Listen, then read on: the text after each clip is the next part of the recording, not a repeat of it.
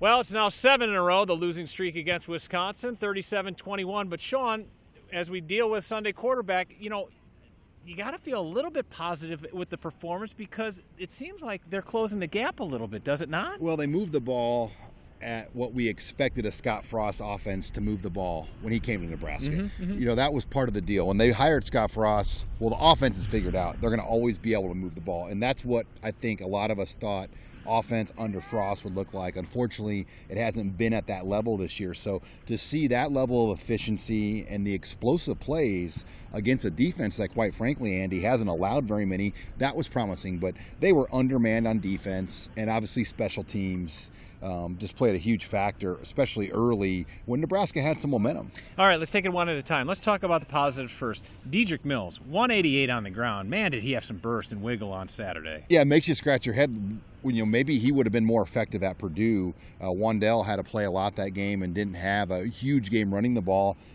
Mills, gave them something that we really haven't seen. It was probably one of the most complete tailback games we've seen at Nebraska, considering the context of the opponent. This was a Wisconsin team, Andy, that was only giving up 84 rushing yards per game coming into Saturday. And Scott Frost saying it was good to see the Adrian Martinez most people expects to see, and that's what we saw on Saturday. Yeah, he made some key throws and ran the ball decisively. With conviction. And that's the key. I think early in the year, he kind of was hesitant about running the football. And, I don't know what that was for, but you saw him at times run a lot better.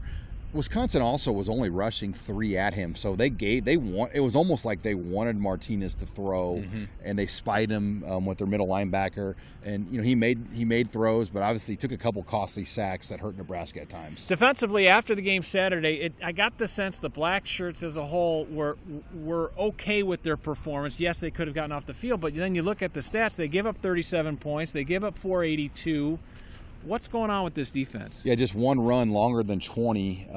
Jonathan Taylor didn't have a run longer than 20 himself, so they limited the big plays, but the problem was there were a lot of 8 to 10 yard type plays. 12 and 16, yeah. I mean, 2nd and 1, 2nd and 2 was a common play for Wisconsin in this game, and that's really tough. When we saw Nebraska have success, they won on first down, and then that's when they looked a lot better. But they got the key stop out of the locker room to give the offense the ball back, and then Martinez takes the sack, and Pickering misses the field goal. I mean, the margin is so thin. Pickering makes that field goal. Then all of a sudden, you don't have to go for it on 4th down later in the game, and you could kick there to make it a 7-point game. But because Pickering misses a 41-yard field goal and Martinez took that sack, it changed everything the defense was able to get back for you early in the game. Yeah, that missed field goal as well as that kick return, the 2 pivotal plays, in my opinion, of Saturday's loss. Before we get to special teams, I do want to ask you about the no-show on defense. And yes, Darian Daniels was hurt. Carlos Davis, though, was a head-scratcher. Yeah, that was a surprise. This is a big game against a great opponent, and it's my understanding Carlos Davis practiced all week. So for him to not play for injury was a surprise, especially knowing you only got 2 games left at Memorial Stadium in your career. So obviously it had to be something fairly significant for him to not want to put himself out there and maybe hurt his team on the field.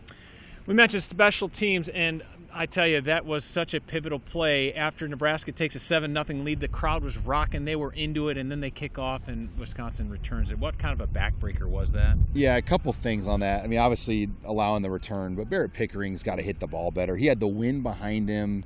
He didn't get a hold of it. It was a short, high kick, and it allowed Wisconsin, their return guy, to really get his speed going. And, by the time Nebraska got down there, he was in full speed at that point. And, the tackling was poor, but they've got to get a kicker that can get the ball through the end zone. On that same end zone, Wisconsin's drilling the ball through the end zone. Nebraska can't get it close to the goal line. That's part of the issue on top of the tackling and improving the overall level of athlete that you can play on special teams. All right, 2 more. Number 1, 2 games to go. You got to win them both. Can Nebraska do that? If they play like this on offense, they've got a chance. Iowa has only allowed more than 20 points, Andy, once all year. So they will have their hands full against the Hawkeyes, and that will be something to see because the Hawkeyes have played some good spread offenses like Iowa State and Penn State, and they've pretty much shut them down. And finally, Scott Frost, before the game, was awarded a 2-year contract extension, basically starting over because he got a 7-year deal to start here. It's back to 7 years through 2026. What kind of signal or symbol does that represent to the coach and his staff? I just think it shuts down any type of chatter out there, and they got in front of the day. Saturday morning, everyone woke up, and that was all over Twitter and your email box. They extend Scott through 26, and I think it was a clear message, like, this is not Arkansas. This is not Florida State.